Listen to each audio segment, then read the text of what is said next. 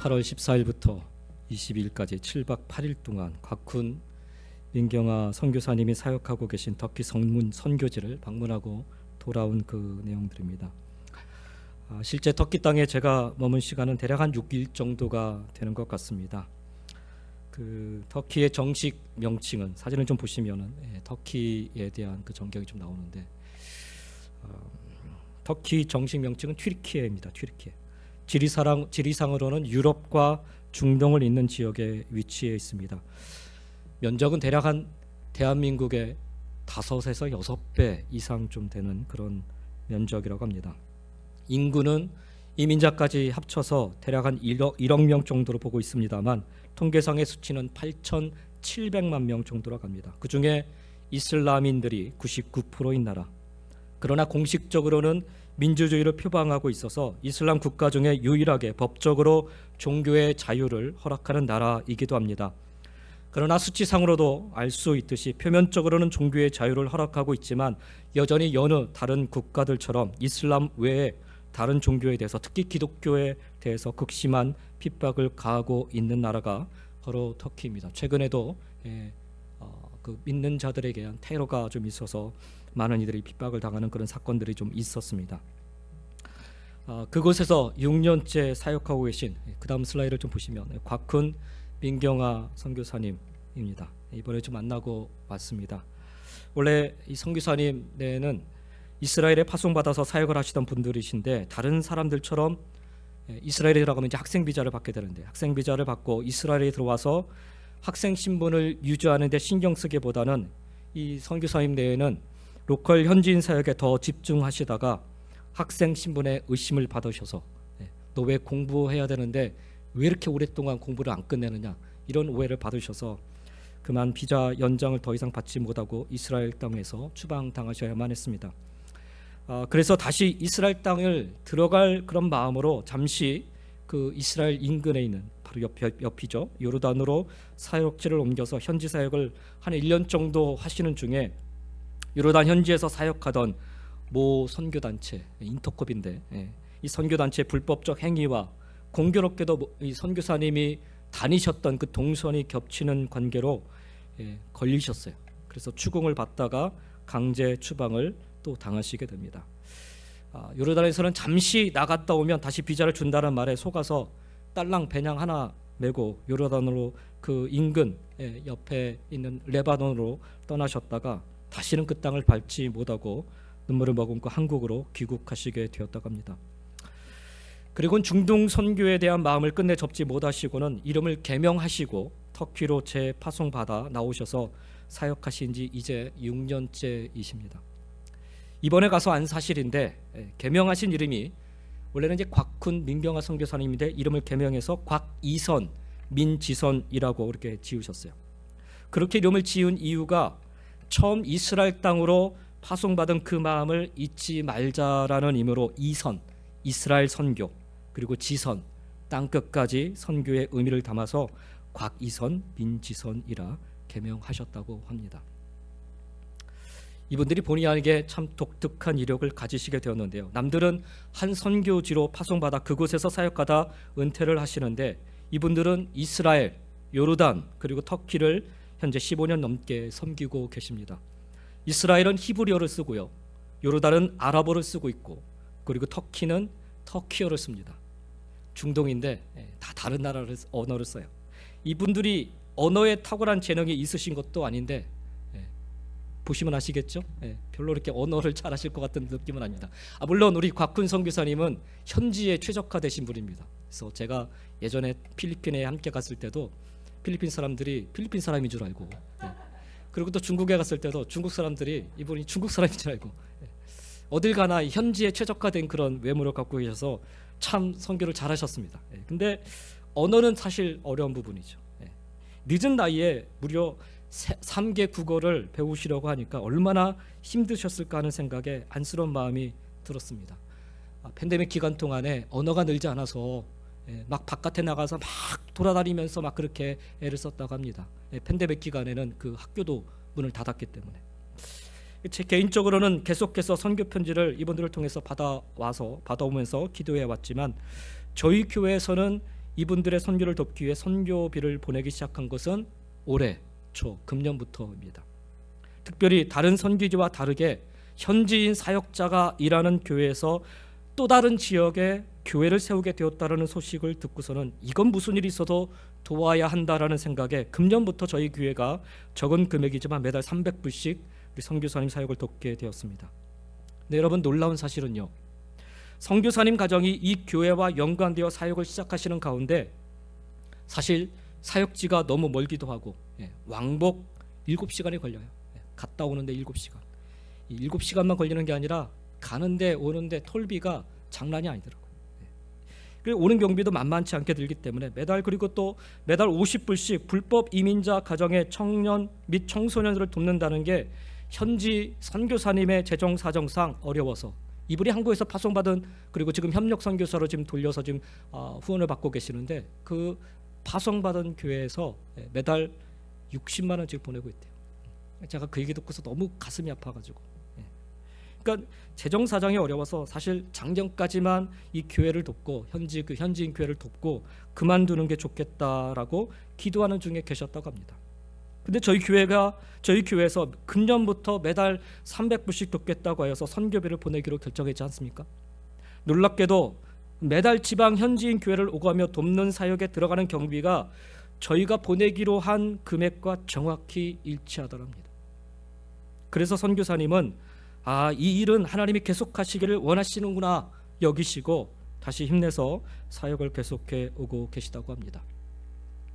현재 선교사님이 섬기시는 교회는 슬라이드 하나 좀 더 넘겨주시면 잘 보이실지 모르겠는데 별표로 되는 것을 좀 보시면, 현재 선교사님이 섬기시는 교회는 이스탄불에서 차로 약 한 3시간 반 정도 떨어진 발륵 에시르라는 지역에 지난 2010년 저희 남침내교단 선교사님들에 의해서 세워진 교회입니다.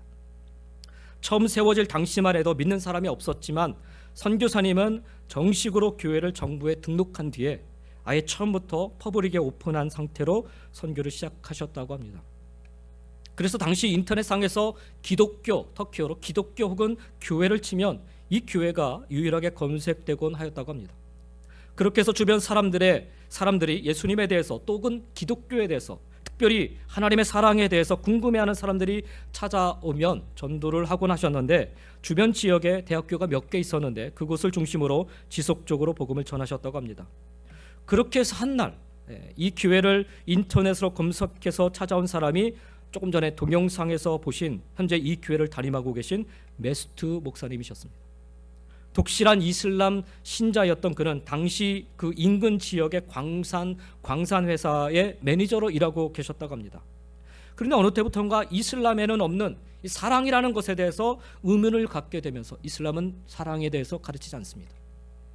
근데 그 사랑에 대한 것을 의문을 갖게 되면서 그 사랑에 대해 누군가 답을 좀 해줬으면 좋겠다라는 마음에 찾아보다가 기독교의 사랑을 알게 되었고, 그래서 무작정 미국 선교사님을 찾아와 상담을 하게 되었다고 합니다. 그게 2012년의 일입니다. 그리고는 이분이 예수님을 구주로 받아들이게 되었고, 정확히 1년 후에 2013년에 이 교회에서 최초로 침례를 받은 성도가 되었다고 합니다.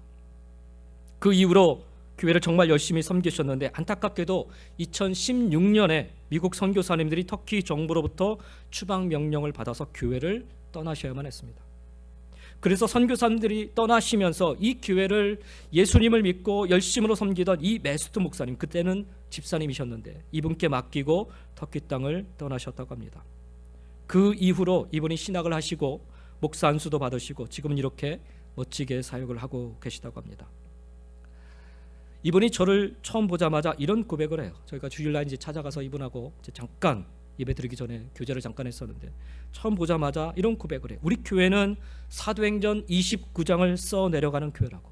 사도행전은 28장까지 있죠. 근데 29장을 써 내려가는 교회라고. 그래서 교회 간판에 보면은 Act 29이라고 글씨를 아예 새겨 놓았어요. 이곳 터키 지역은 여러분이 지도를 보시면 아시겠지만 초대교회 흔적들이 터키 땅 곳곳에 새겨진 나라입니다. 요한계시록에 나오는 그 소아시아 7교회의 그 흔적들이 이 터키 땅에 다 고스란히 남겨져 있습니다. 아브라함이 갈대아 우르를 떠나서 하란 땅에 잠시 머물렀던 그 하란도 이 터키 땅에 있고요. 노아의 방주가 지금 있다라고 하는 그 아라랏산도 이 터키 땅 안에 있습니다. 사실 그래서 이 터키 땅은요, 성경의 그런 많은 유적들이 곳곳에 널려져 있는 그런 땅이기도 합니다. 저도 이번에 선교사님의 안내로 요한계시록에 나오는 소아시아 7교회들을 좀 돌아보게 되었습니다. 돌아보며 느낀 점 참 많지만 한마디로 표현해 보자면 정말 고생이겠다 였습니다. 복음을 위해 당한 고난, 그리고 복음을 위해 다닌 수고, 제가 직접 그 땅을 밟아보니 차로만 다녀도 이렇게 지치는데 제가 다닐 때 115도까지 올라갔어요. 섭씨로는 45도까지 올라가더라고요. 막 바깥에 잠깐 나가도 숨이 턱턱 막힐 정도의 그런 길을 복음을 위해서 다녔다라고 생각하니까 얼마나 가슴이 먹먹해지던지, 직접 걸어서, 그것도 절대적으로 우호적이지도 않은 사람들 속으로 들어가서 복음을 전하는 게 말처럼 쉬운 게 아님을 절실히 깨달을 수 있었습니다. 그리고 그 고난은 터키 땅에서는 여전히 현재 진행형이었습니다. 그런데 그 땅에서 고난을 몸소 직면하며 사역하시는 메스도 목사님이 하시는 말씀이, 이 땅에서 신앙생활을 하던 초대교회 성도들에 비하면 자신들은 아무것도 아니라고, 자신들의 고난은 아무것도 아니라고 고백하시며 우리는 지금 사도행전 29장을 계속해서 써내려가고 있습니다라고 말씀하시는 거예요. 그 말씀을 듣고 나서는 제 자신이 참 부끄럽기도 하고, 지금 이 좋은 환경 속에서 신앙생활하고 있는, 사역하고 있는 제 모습이 이분들 앞에 얼마나 죄송스럽고 부끄럽던지요. 왜 곽훈 민경화 선교사님이 앞에 나서서 일하지 않고, 이분들이 나서서 일하지 않아요. 앞에 전면에 서서 일하지 않습니다. 조용히 이분들 뒤에 서서 이분들의 리더십을 세워드리며 조용히 묵묵히 그저 돕는 사역만을 하고 계신지를 좀 알 수 있을 것 같았어요. 대부분 외국에서 오신 선교사님들이나 그분들의 도움으로 세워지는 현지 교회들은 주로 이스탄불이나 이즈미르, 앙카라 등에 몰려 있다고 합니다. 터키의 3대 대도시가 이 3개 도시입니다. 이스탄불, 앙카라, 이즈미르. 특히 이스탄불에 몰려 있다고 합니다. 터키의 수도는 앙카라이지만 지리적 여건상 유럽의 길목이 되고 있는 이스탄불에 사람들이 가장 많이 살고 있다고 합니다. 2천만 명 정도가 살고 있는 것으로 이야기하고 있으니까 이 큰 땅덩어리에 터키 인구의 4분의 1 이상이 이 이스탄불에 모여 있다고 해도 과언이 아닐 것입니다. 그래서 그런지 많은 것은 아니지만 대부분의 사역이, 선교사님들의 사역이나 기독교의 사역들이 이 이스탄불 안에 집중되어 있습니다. 그런데 곽훈 선교사님이 가정히 섬기고 계신 이 교회는 지방에 세워진 교회입니다. 그런데도 정부의 정식 교회로 등록이 되어 있어서 현지인 사역자가 외부 사역을 하는데 전혀 문제가 되지 않는다고 합니다. 동영상에서도 보셔서 아시겠지만 작년 성탄절에 처음으로 지역민들을 대상으로 한 전도 초청 크리스마스 행사를 호텔을 빌려서 했습니다. 그 지역에 처음 있는 일이기도 했지만 사람들이 호기심에 몰려와 그때 당시에 약 한 200명 정도가 모여서 행사를 치렀다고 합니다. 현재는 당국의 심한 규제로 새로운 교회가 등록하여 세워지는 일이 거의 불가능하다고 합니다. 다 비밀리에 혹은 불법으로 세워지는 그런 교회들이죠. 가정교회들이 대부분이고, 터키의 가장 큰 교회, 대형교회라고 하면 한 60명 정도가 모이는 교회가 대형교회라고 합니다. 대부분 가정에서 모이는 교회들이 많다고 합니다. 그런데 이미 등록된 교회의 지교회 형태로 다른 지역에 세워지는 것은 정부가 따로 터치를 하지 않는다고 합니다. 전혀 문제가 되지 않는다고 합니다. 이 말륵 시에르 교회는 이미 오래전에 정부에 정식 등록된 교회이기에 이 교회를 통해서 인근 다른 지역에 교회를 세우는, 지교회를 세우는데 전혀 문제가 되지 않는다는 거예요. 그래서 지금 이 교회가 하는 일은, 아니 하나님께서 이 교회를 통해 하시는 일은 이 교회 성도들을 믿음의 신실한 일꾼들로 지도자로 훈련시켜 세우시고 그들을 인근 지역으로 파송하는 일입니다. 금년에 2개 교회를 지금 세우려고 지도자들을 지금 훈련시켜 지금 파송시키는 과정 가운데 있다고 합니다. 곽군 선교사님 가정은 그들 중에 일부에게 예배 사역자로 훈련되어질 수 있도록 돕는 일을 하고 계십니다. 터키는 여전히 소수이기는 하지만 교회의 형태는 어느 정도 갖추어가고 있어요. 사실 그럼에도 불구하고 제대로 된 찬양과 예배를 인도할 사역자들이 절대적으로 부족한 현실입니다. 선교사님이 처음 이 교회를 방문했을 때만 해도 피아노 반주하는 사람도, 또 기타를 치는 사람도 없었다고 합니다. 그들에게 피아노를 가르치고 그들에게 기타를 가르친 결과 아주 초보적인 수준이지만 이제 제법 찬양을 인도할 수준까지 되었다고 그렇게 말씀을 전해 오셨습니다. 사실 터키에는 음악 교육이 없대요. 학생들에게. 그래서 이 악보를 볼 줄 모른다고 합니다. 그래서 이 사람들에게 음악을 가르치는 것이 얼마나 힘든 일인지 여러분이 한번 상상해 보실 수 있었으면 좋겠습니다. 제가 이 터키 땅에서 곽훈 민경아 선교사님께서 이제 하실 사역이 바로 이 부분이 아닌가, 예배자를 세우는 이런 부분들이 아닌가 하는 생각으로 이것을 위해 기도해야겠다, 그리고 우리가 도울 수 있는 부분들을 찾아서 도와야겠다 하는 마음을 품고 돌아오게 되었습니다. 말륵시에르 교회 주변으로는 지도상에 보면 이제 조금 약간 서쪽에 좀 치우쳐 있는데 이 말륵시에르 교회 주변으로 난민들이 모여 사는 지역이 있습니다. 난민 사역은 이 교회의 또 하나의 주된 사역이기도 합니다. 이란에서 예수를 믿는다라는 이유로 핍박받다 도망쳐온 사람들, 그 사람들을 딱 지정해서 살게 한 곳이 바로 이 말륵시에르 교회 주변의 그 지역이었습니다. 또 아프가니스탄에서 예수를 믿는다는 이유로 핍박을 받다 도망쳐온 사람들, 다른 난민들도 이곳 터키 땅에 다들 그런 난민들이 바로 이곳 터키 땅에 정착해 살고 있었습니다. 그러나 난민들이기 때문에 그들이 합법적으로 터키 땅에서 할 수 있는 일들이 별로 없다고 합니다. 저희가 방문한 날 피아노 반주를 했던 예배팀을 정말 신실하게 섬기던 청년 하나가 있었는데요. 이제 막 고등학교를 마치고 대학교를 갈 친구인데 부모님과 함께 이란에서 난민으로 온 형제입니다. 난민이기 때문에 일을 해도 제대로 된 월급을 받을 수 없는 처지, 난민이기 때문에 머리가 아무리 좋고 성적이 아무리 좋아도 좋은 학교에 갈 수 없는, 다닐 수 없는 그런 처지. 이 친구 아버지가요, 이란에서 변호사였다고 합니다. 엘리트예요, 엘리트. 그런데 예수 믿는다는 것 때문에 난민으로 이곳 터키에 와서 지금 하는 일은 페인트 칠, 허드렛 일 같은 노동일이라고 합니다. 그것도 제대로 된 임금도 받지 못한 채 그런 일을 하고 있다고 합니다. 저희가 방문했을 때는 허리를 다치셔서, 일을 하다 허리를 다쳐서 예배 나오지는 못하셨어요. 자녀나 가족이 아파도 병원에 갈 형편이 못 돼서 그저 약 먹고 며칠 끙끙 앓아야만 하는 그런 처지. 그래서 그런 난민 가정의 청소년들을 돕고자 이 교회가 한 달에 한 사람에게 50불씩 소수의 몇 사람에게 지금 지원을 하고 있다고 합니다. 저희 교회가 보내는 선교비 중 일부가 바로 이 일을 위해 쓰여지고 있다고 합니다. 얼마나 감사하고 귀한지요. 와서 교회를 섬기는 이 청소년 아이들이 차로 1시간 떨어진 곳에서 몇 번이나 버스를 갈아타며 교회에 와서 열심으로 섬기는 모습이 제가 그날 가서 볼 때 참으로 인상 깊었습니다. 부모님 몰래 와서 예배를 드려야 하기에 이런 이들을 위해서 주일 예배가요, 오전에 있지 않고 주일 오후 1시에 있습니다. 이슬람 사회라 주일날 오전에는 아무도 길거리를 돌아다니질 않아요. 썰렁합니다. 개하고 고양이만 다니더라고요. 주일 아침부터 모이면 대번에 걸리고 마는 현실이에요. 그래서 주일 오후에 1시에 예배를 드릴 수밖에 없다라고 합니다. 메스투 목사님은 자기 발로 교회를 찾아온 열심이 있어서인지 특별히 젊은이들에게 복음을 전하는 일에 아주 열심이라고 합니다. 이제 곧 거기도 이제 9월부터 학기가 시작되는데 이제 곧 학기가 시작되는데 학기가 시작되면 학교 캠퍼스를 찾아다니며 젊은이들에게 복음을 계속해서 전하신다고 합니다.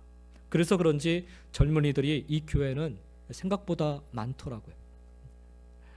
그래서 오래전 아무 소망 없는 땅이 되어버린 이 터키 땅이 이제는 소망이 있어 보입니다. 이들은 자신들을 가리켜서 그리스도인이라 떳떳이 밝힐 수 없는 그런 사람들입니다. 그런데 딱 봐도 그리스도인임을 알 수 있겠더라고요.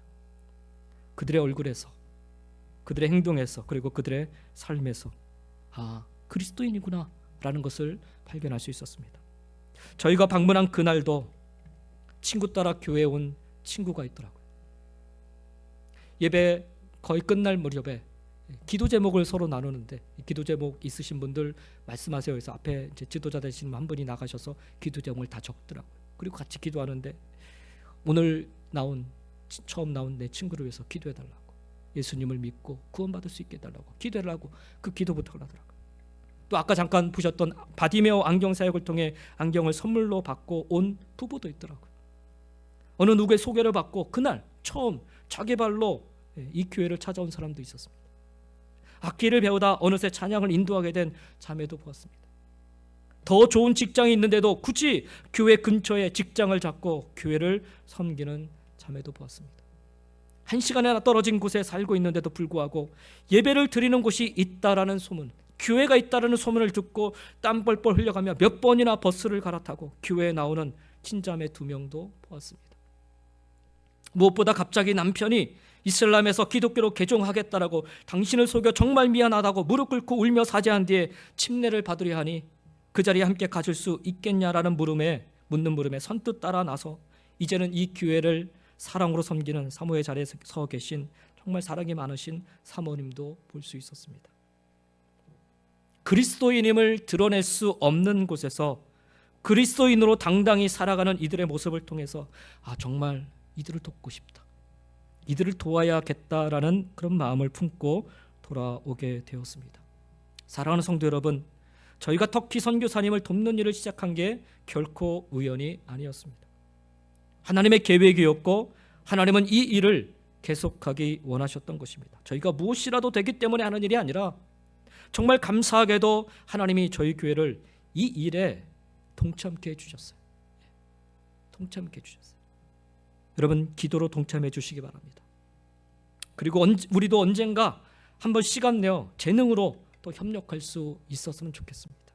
물론 물질로도 계속해서 협력할 수 있었으면 합니다. 부족하지만 터키 땅에서 일어나고 있는 사도행전 29장의 역사에 우리도 동참하는 그런 축복이 임하기를 주의 이름으로 간절히 축원드립니다.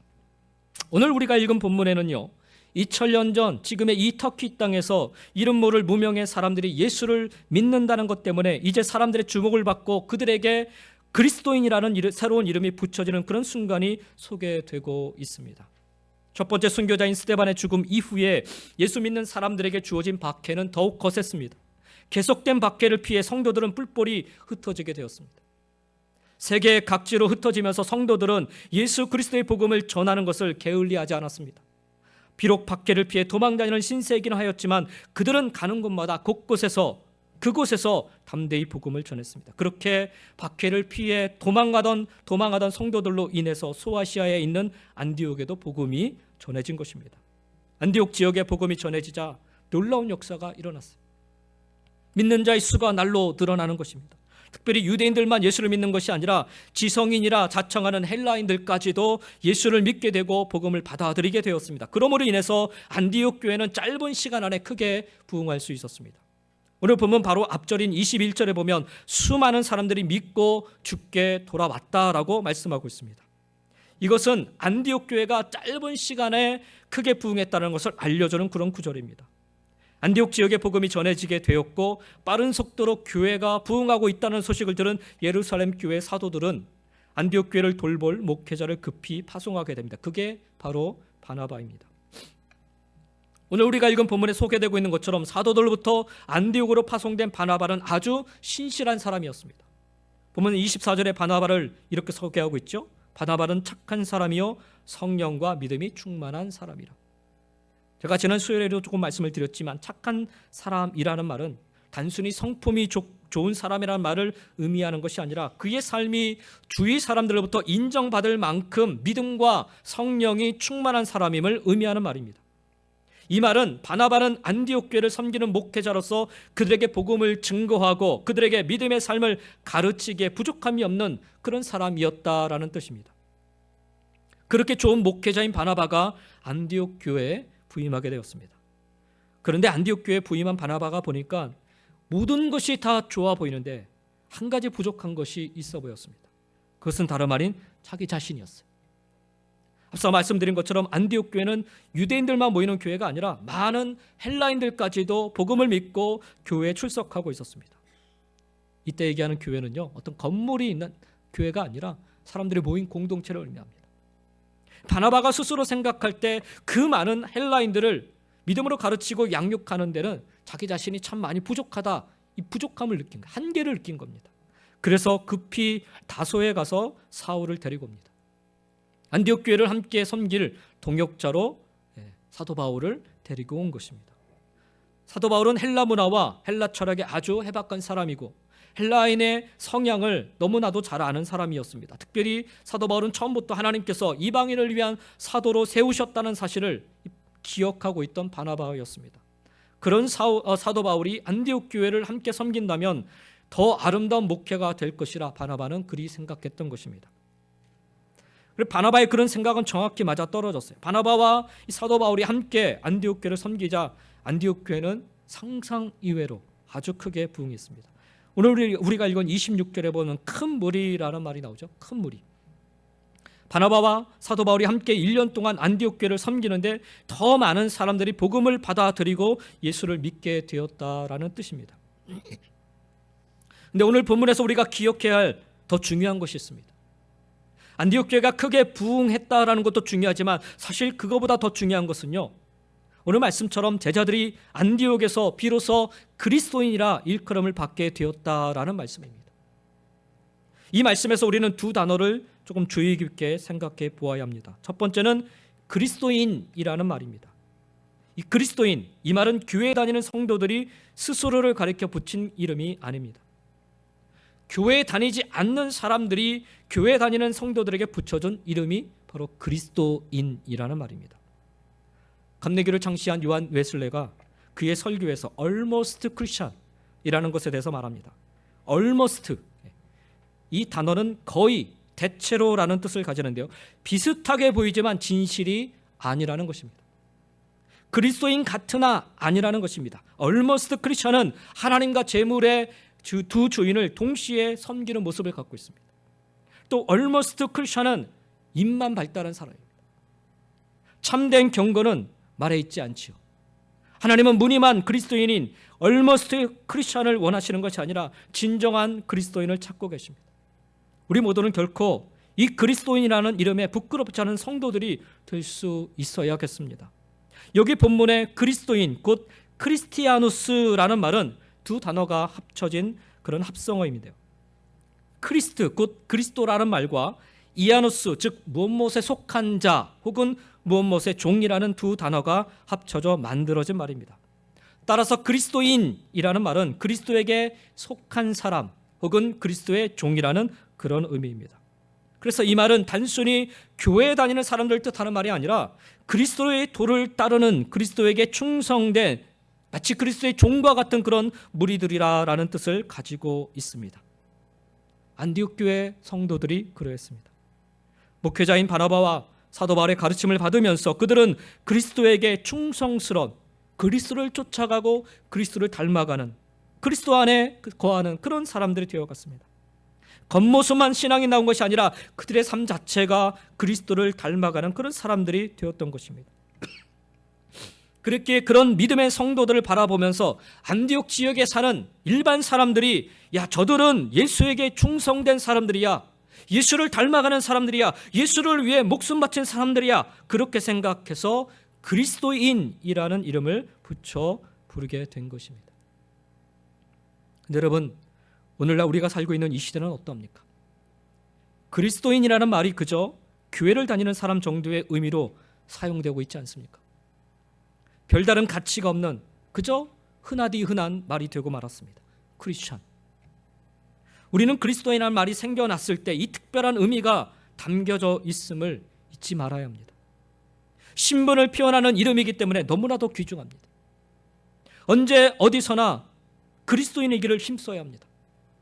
그리스도인이라는 표시는요, 십자가의 형상으로 표시는 보이는 그런 표시만으로는 그 본질을 드러낼 수가 없습니다. 장식용 십자가로도 안 됩니다. 모름지기 작은 예수가 되어야 해요. 작은 예수. 저와 여러분이 그리스도인을 보고 그리스도인을, 예수 그리스도를 본 듯 그렇게 될 수 있어야 합니다. 예수께 속한 자여, 예수의 사람이여, 예수를 따르는 자의 모습이 저와 여러분 안에 반드시 나타나야 될 줄 믿습니다. 26절에 또 하나 우리가 주목해야 될 단어가 있는데 그것은 바로 비로소라는 단어입니다. 비로소. 제자들이 안디옥에서 비로소 그리스도인이라 일컬음을 받게 되었다라고 말씀하고 있습니다. 이 비로소라는 말 안에는 하나님의 기대가 담겨져 있습니다. 하나님께서는 예수 믿는 사람들이 이런 사람이 되기를 바라셨어요. 세상 사람들로부터 그런 사람들이라 불려지기를 바라고 계셨습니다. 그런데 비로소 안디옥 교회 교인들이 하나님의 기대대로 그리스도인이라 불림을 받게 된 것입니다. 그리스도인이라는 말은 안디옥 교회 교인들에게 세상 사람들이 붙여준 이름입니다. 그러나 사실은 하나님께서 우리에게 붙여주고 싶으신 이름이기도 합니다.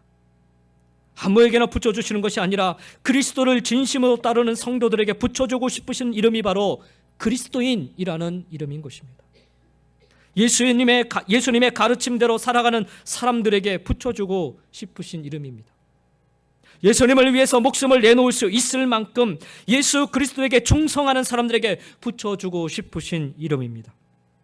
그리고 우리가 하나님의 기대에 걸맞는 모습이 되었을 때 하나님께서는 우리에게 야, 너는 이제 그리스도인이다 라고 우리의 이름을 불러주실 것입니다.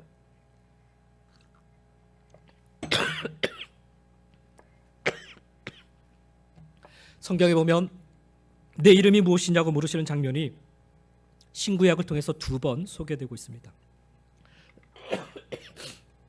첫 번째는 창세기 32장입니다. 외갓집 하란에서 20년 동안 살면서 부자가 된 야곱이 4명의 아내와 아이 12명을 데리고 고향으로 가고 있었지요. 그런데 야곱이 약곡 강가에 이르렀을 때 형 에서가 군사 400명을 이끌고 야곱을 만나러 온다는 소식을 듣게 되었습니다. 그 소식을 들은 야곱의 가슴이 철렁 내려앉은 거예요. 20년 전에 눈먼 아버지를 속이고 형이 받아야 할 그 장자의 축복을 가로채고서 외갓집 하란으로 도망친 것이 생각났기 때문입니다. 그때 형 에서는 대단히 노여했어요. 야곱을 죽이겠다라고 다짐할 정도로 화가 엄청나게 나 있었어요. 20년이 지난 지금도 그 화가 풀리지 않았다는 것이죠. 그러게 야곱은 형 에서가 자신을 죽일지도 모르는, 아니 죽일 것이다 라는 그런 생각에 두려워 떨었습니다. 야곱은 대책을 세워야 했습니다. 가족들과 하란에서 가지고 온 모든 재산을 모두 강 건너편으로 보내고 야곱 홀로 약곡 강가에 앉아 있었습니다. 그때 한 사람이 나타나 야곱과 밤새도록 씨름을 하게 되지요. 그 사람이 바로 하나님의 사자였습니다. 날이 새려 하는데도 야곱이 그 사람을 놓지 않자 하나님의 사자가 야곱에게 묻습니다. 네 이름이 무엇이냐? 야곱은 자신의 이름을 야곱이라, 자기 스스로 야곱이라 대답하자 하나님의 사자는 야곱의 이름을 바꿔주십니다. 내 이름을 다시는 야곱이라 부를 것이 아니요 이스라엘이라 부를 것이니 이는 네가 하나님과 및 사람들과 겨루어 이겼음이니라 라고 말씀합니다. 이렇게 해서 야곱에게는 이스라엘이라는 새로운 이름이 생겼습니다. 하나님께서 지어주신 이름입니다. 하나님께서는 야곱의 이름을 몰라서 네 이름이 무엇이냐라고 물으신 것이 아닙니다. 그의 이름을 새로운 이름으로 바꿔주기 위해서 물으신 것입니다. 야곱은 평생을 속이는 자로 살았습니다. 자기의 욕망을 위해서는 수단과 방법을 가리지 않고 목적을 성취하려 했던 그런 사람이었습니다. 그래서 형도 속였고 아버지도 속였습니다. 그러나 이제 이스라엘이라는 이름으로 살 때는 그렇게 살 수가 없게 되는 거죠. 하나님과 싸워 이긴 사람인데 하나님께서 붙여주신 이름표를 가지고 살아야 하는데 어찌 속이며 간교한 술수를 가지고 살 수 있겠습니까? 이게 첫 번째 이름을 물어보는 장면입니다. 두 번째로 성경에서 이름을 물으시는 장면은 마가복음 5장에 나옵니다. 예수님께서 거라사인 지방에 가셨을 때 더러운 귀신 들린 사람을 만나게 됩니다. 무덤 사이에 살면서 온갖 행패를 다 부리는데 아무도 그를 말릴 수 있는 사람이 없었어요. 산이나 무덤에서 큰 소리를 지르기도 하고 돌로 자기 몸을 자해하며 피로 범벅이 되기도 하고 엄청난 힘을 가지고 있어서 아무도 그에게 가까이 하려 하지 못했던 것입니다. 이 예수님께서 그 귀신 든 자를 만나 물으십니다. 내 이름이 무엇이냐? 그러자 그가 대답합니다. 내 이름은 군대니 우리가 많음이니이다. 예수님께서 내 이름이 무엇이냐고 물으신 대상은 사람이 아니라 그 사람 안에 있는 귀신이었어요. 한 사람의 인생을 망가뜨려 놓고 그 사람을 피폐하게 만들어버린 귀신에게 내 이름이 무엇이냐고 물으신 것입니다. 이 물음 역시요, 그 귀신의 이름을 알고 싶으셔서 물으신 것이 아닙니다. 왜 그렇게 사람을 괴롭게 하느냐고, 네가 뭔데 그를 그렇게 망쳐놓냐고, 그래서 물으신 것입니다. 결국 자신의 이름이 군대라고 말한 그 귀신은 돼지떼에게 들어가서 바다에 빠져 죽고 말지요. 오늘 하나님께서 하나님께서도 우리에게 물으십니다. 내 이름이 무엇이냐고. 그때 우리는 무엇이라 대답할 수 있을까요? 여러분은 무엇라 대답하시겠습니까? 야곱이라는 이름처럼 늘 누군가를 속이고 자기 욕망을 위해서는 수단과 방법을 가리지 않고 살았다면 우리의 이름을 바꿔야 합니다. 그리스도인이라는 이름으로 바꿔야 합니다. 예수 믿는 사람이라고 당당하게 말할 수 있는 이름을 가져야 하고 또 그렇게 인정받는 삶을 살아야 합니다. 하나님께서 네 이름이 무엇이냐고 물으실 때 내 이름은 군대입니다 라고 말하는 사람이 되어서는 안 됩니다. 다른 사람에게 들어가서 그 사람의 인생을 망치고 피폐하게 만든 군대의 귀신처럼 살아서는 안 되는 것입니다. 우리는 남에게 도움과 유익을 주는 사람이 되어야 합니다. 나를 희생해서라도 다른 사람에게 유익을 주고 다른 사람을 세워주는 그런 사람이 되어야 합니다. 그게 그리스도인이기 때문입니다. 여러분, 우리에게는 그리스도인이라는 이름이 주어졌어요. 하나님께서 우리에게 그리스도인이라는 이름을 주셨습니다. 지금 우리는 그리스도인이라는 이름을 가지고 살아가고 있습니다. 우리의 가슴에는요, 그리스도인이라는 이름이 새겨진 명찰이 붙어 있습니다. 우리가 누군가에게 내 이름은 아무개입니다라고 소개하지 않아도 우리의 가슴에는 그리스도인이라는 명찰이 붙어 있기 때문에 우리가 신앙인이라는 것은 다 압니다. 그런데 우리의 이름표에는 그리스도인이라는 이름이 떡하니 새겨져 있는데 우리의 삶은 그리스도인답지 못한다면 우리에게 그 이름표를 붙여주신 하나님께서 얼마나 실망하시겠습니까? 그리스도인답게 살기를 기대하시면서 그리스도인이라는 이름표를 주셨는데 우리가 그 이름표에 걸맞게 살지 못한다면 분명 하나님께서는 크게 실망하실 것입니다. 사랑하는 성도 여러분, 그리스도인답게 살아가시기 바랍니다. 아니, 그리스도인으로 살아가시기 바랍니다.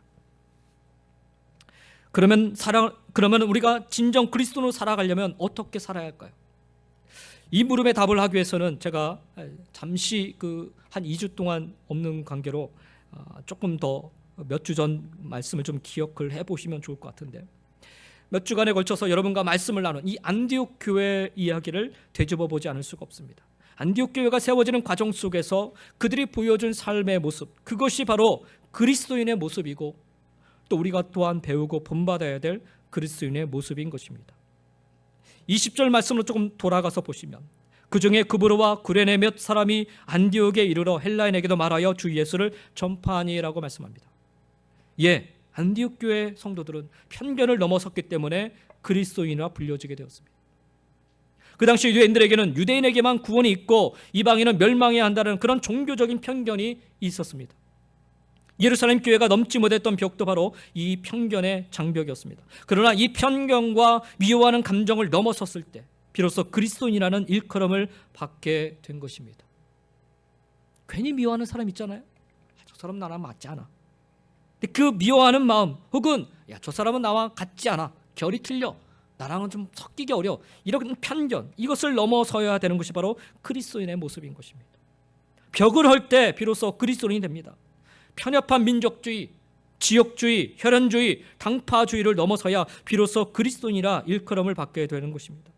종교적인 편견을 버리고 이방인에 대한 장벽이 무너졌을 때 비로소 그리스도인이 된 것입니다. 미움이 사라져야, 장벽이 무너져야 비로소 그리스도인인 것입니다. 편견은 사실을 사실되게 바라보지 못하게 합니다. 편견은 진리를 진리로 보지 못하고 사실을 왜곡시키기 때문에 그렇습니다. 그래서 편견은 갈등과 오해를 일으킵니다. 서로를 미워하게 하고 심지어는 살인과 전쟁을 일으킵니다. 편견을 가지고 남을 대하거나 판단하는 것은 그래서 하나님 앞에 죄인 것입니다. 부자유에게 하는 모든 장벽을 넘어서 진정한 그리스도인이 되시기 바랍니다. 편견의 장벽을 허물고 하나님의 사랑을 흘려보내는 바로 거기에 귀한 이름, 그리스도인이라는 이름으로 일컬음 받게 될 것입니다. 두 번째로 안디옥 교회 성도들은요, 고난을 극복했기 때문에 그리스도인이라 불려지게 되었습니다. 대개 사람들은 고난을 겪으며 사람을 미워하며 복수심을 키우며 인생을 낭비합니다. 그러나 믿음의 사람은 고난을 겪으며 하나님을 바라보는데 모든 에너지를 다 쏟아붓습니다. 결국 고난을 통해 성숙하며 더 위대하게 쓰임을 받게 되는 것입니다. 그리스도인들은 고난 앞에 절망하지 않았습니다. 누구 때문이나 비난하지도 않았습니다. 책임을 전가하지 않았으며 고난을 오히려 극복했던 모습을 우리는 기독교 역사를 통해 성경 말씀을 통해 배우게 됩니다. 23절 말씀에 보면 그가 이르러 하나님의 은혜를 보고 기뻐하여 모든 사람에게 굳건한 마음으로 주와 함께 머물러 있으라 권하니라고 말씀합니다. 그리스도인들은 그리스도만 바라보고 절망하지 않습니다. 사람이 나를 고통스럽게 할지라도, 환경이 나를 어렵게 할지라도 그리스도를 바라보고 오히려 소망을 가집니다. 제가 어제 설교 시간에도, 새벽 설교 시간에도 좀 말씀을 드렸지만 히브리서의 그 내용, 흔들리는 믿음에 대해서 무엇을 가르치냐? 흔들리고 있는 그 성도들에게 무엇을 가르치냐? 예수를 붙잡으라, 이게 예수를 제대로 알아라, 그렇게 가르칩니다. 그래서 히브리서의 전체적인 내용은 예수 그리스도에 대해서 집중해 있습니다. 그리스도를 붙잡고 그 안에서 절망을 이기며 굳건한 마음으로 고난을 극복하는 모습이 바로 비로소 그리스도인의 모습인 것입니다. 고난과 비웃음과 조롱과 비난을 넘어서서 고난을 즐거워하며 극복할 때 비로소 그리스도인이라 일컬음을 받았던 것입니다. 안디옥교회 성도들의 모습이 그랬어요. 초대교회 성도들은 이처럼 그리스도인으로 불려지는 것을 오히려 자랑스럽게 여겼습니다. 그 이름으로 인하여서 핍박을 받았음에도 불구하고 오히려 기뻐하며 그 이름으로 불려지기를 간절히 사모했습니다. 사랑하는 성도 여러분, 십자가를 외면하지 마시고 고난을 넘어서므로 우리도 진정한 그리스도인으로 일컬음 받을 수 있기를 간절히 축원드립니다. 세 번째로 안디옥교회 성도들은요, 주님이 함께 하셨기 때문에 그리스도인이라 불려지게 되었습니다. 21절 말씀을 다시 한번 보시면 주의 손이 그들과 함께 하심에 수많은 사람들이 믿고 주께 돌아오더라라 말씀합니다. 안디옥교회 성도들에게 주의 손이 함께 하시고 주께서 더하게 하실 때 비로소 그리스도인이라 불려지게 되었습니다. 오직 예수 그리스도에게 중심을 두고 살아가는 사람에게 비로소 그리스도인이라 일컬어지게 된 것입니다. 오직 주께 붙어 있으시기 바랍니다. 오직 주의 편에 서시기 바랍니다. 그리하여 주의 손이 함께 하시는 사람 다 되시기 바랍니다. 날마다, 때마다, 일마다 주께서 더하시는 그런 삶을 살아가는, 그래서 비로소 그리스도인으로 일컬음을 받을 수 있는 저와 여러분 되실 수 있기를 간절히 축원드립니다. 그러면 끝으로 그리스도인인 우리는 어떻게 살아야 할까요? 안디옥 교회 성도들은 어떻게 살았을까요? 안디옥 교회 성도들은 그리스도를 전파하는 삶을 살았기 때문에 그리스도인이라 불려지게 되었습니다. 19절과 20절 말씀에 반복적으로 등장하는 동사가 하나 있는데 뭐냐면 말씀을 전한다는 것과 주 예수를 전파한다라는 것입니다. 이들은 예수님 때문에 어려움을 당하고 더 이상 예루살렘에 있을 수가 없어서 멀고 낯선 도시로 피난을 왔습니다. 그 정도 되면 우리 생각으로는 집을 장만하거나 정착하는 일에 최우선 과제로 삼고 살아야 되지 않겠습니까? 그러나 말씀을 자세히 보면 그들은 흩어져서도 여전히 계속해서 끊임없이 예수 그리스도를 전파하는 삶을 살았어요. 그들에게 있어서 삶의 우선순위는 집을 장만하거나 어떤 좋은 직장을 가지거나 물질을 위해 살아가는 것이 아니라 예수 그리스도를 전파하는 것이었습니다. 초대교회 성도들은 어려움 속에서도 예수님을 변함없이 전했던 것입니다. 여러분, 그들이 이토록 힘을 다해 예수를 전한 이유가 무엇이었겠습니까? 예루살렘에서의 나의 주님은 이곳 안디옥에서도 나의 주님이셨기 때문이죠. 좋은 환경 속에서의 주님은 역경 속에서도 나의 주님이셨기 때문이죠. 젊은 날의 나의 주님은 인생의 석양 속에서도 변함없이 나의 주님이시기 때문이죠. 세월이 갈수록 더 뜨거워진 그리스도에 대한 사랑과 애정으로 내 발걸음이 머무는 곳마다 전파했던 그분, 예수, 그분은 여전히 나의 주님이시기 때문이죠. 주 예수를 전파하니, 그렇습니다. 예수님이 그들의 구원이고 생명이었기 때문에 예수는 그리스도이십니다라고 외치지 않을 수 없었던 것입니다. 터키 땅에서 지금 사역하고 있는 분들이요, 사실 예수를 나의 구주라 고백하고 사는 것은요, 그들의 모든 삶을 다 포기해야만 되는 것이었습니다. 그 메스토 목사님도요, 광산 그 업체에서 매니저로 일하는 분이었어요. 사실 높은 직장에 높은 그 지위를 갖고 계신 분이었어요. 근데 예수 믿고 나서는 그 다 내려놓고, 제가 보니까요, 도대체 어떻게 생활하시나 걱정이 되더라고요. 걱정이. 교인들이 헌금하는 그 헌금 가지고 생활하실 수 없는 그런 상황이기 때문에 그러죠. 그럼에도 불구하고 여전히 나가서 예수는 그리스도입시다라고 외치고 있어요. 왜요? 그분이 정말 나의 구주시기 때문에. 이렇게 전하는 사람들을 바라보면서 그래서 믿지 않는 사람들은 그들에게 적절한 별명을 붙인 거예요. 저들은 그리스도인이구나.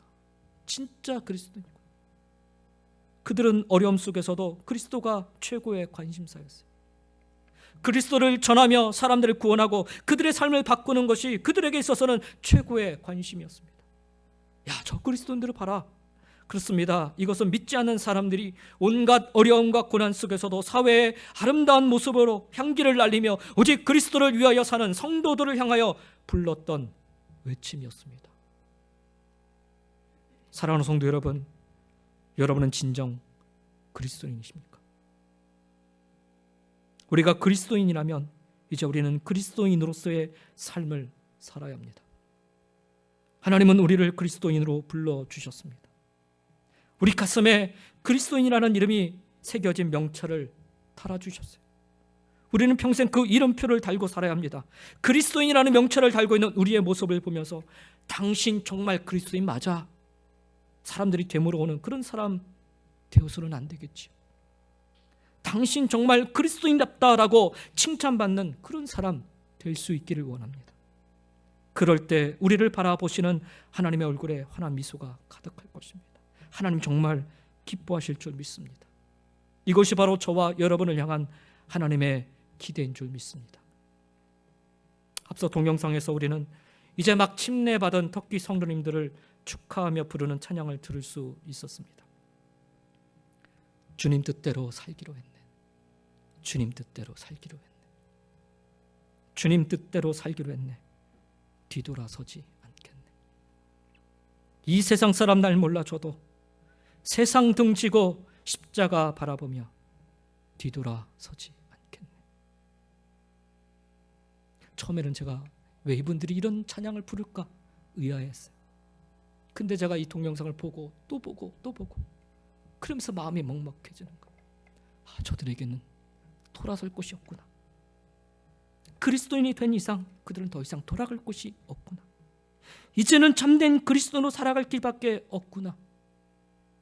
그래서 정말 놀랍게도요, 제가 20여 년에 갔을 때는 터키 땅에 믿는 사람이 없었어요. 거의 없었어요. 거의. 근데 이번에 가서 제가 보면서 얼마나 가슴에 뭉클함이 있던지. 더 이상 돌아갈 곳이 없기 때문에 그들은 그리스도인으로 살아갈 수밖에 없습니다. 아니, 그렇게 살아가고 있어요. 그래서 믿는 자들이 계속해서 그 교회 안에 일어나고 있는 거예요. 그 침례받는 그 순간을 통해서 그래서 함께 격려하고 축복하고 그런 모습을 보인 것입니다. 사랑하는 성도 여러분, 우리도 이제 더 이상 왔다 갔다 하는 얼머스트 크리스찬이 되지 마시고 뒤돌아서지 않는 믿음 위에 굳게 서서 오직 예수 그리스도만 바라보시며 오직 예수 그리스도만 쫓아서 따라서 살아가는 그리스도인이라 불릴 만한 참된 그리스도인의 모습으로 여러분 모두가 다 살아가시기를 예수님의 이름으로 간절히 축원드립니다. 기도하겠습니다. 우리 말씀을 기억하면서 함께 우리가 잠깐 기도하는 시간을 갖도록 하겠습니다. 하나님, 예수님을 믿는다는 것이 내게 무엇인지요? 그저 교회에 왔다 가는 모습이 되지는 않아야 되는데 예수 그리스도를 나의 구주로 믿고 살아가는 그리스도의 모습이 내 안에 일어날 수 있기를 원합니다. 내 스스로 그리스도인이라 외치는 모습이 아니라 누군가가 나를 봤을 때 저 사람은 그리스도인이다라고 인정받을 수 있는 그런 진정한 그리스도인의 모습으로 살게 하여 주옵소서. 형식적인 얼머스트 크리스찬이 아니라 오늘 하나님이 기뻐하시는 내 삶 속에 예수 그리스도가 온전하게 드러나는 그런 그리스도인의 삶을 살게 하여 주시옵소서. 살기를 원합니다. 우리 시간 함께 기도하며 나가도록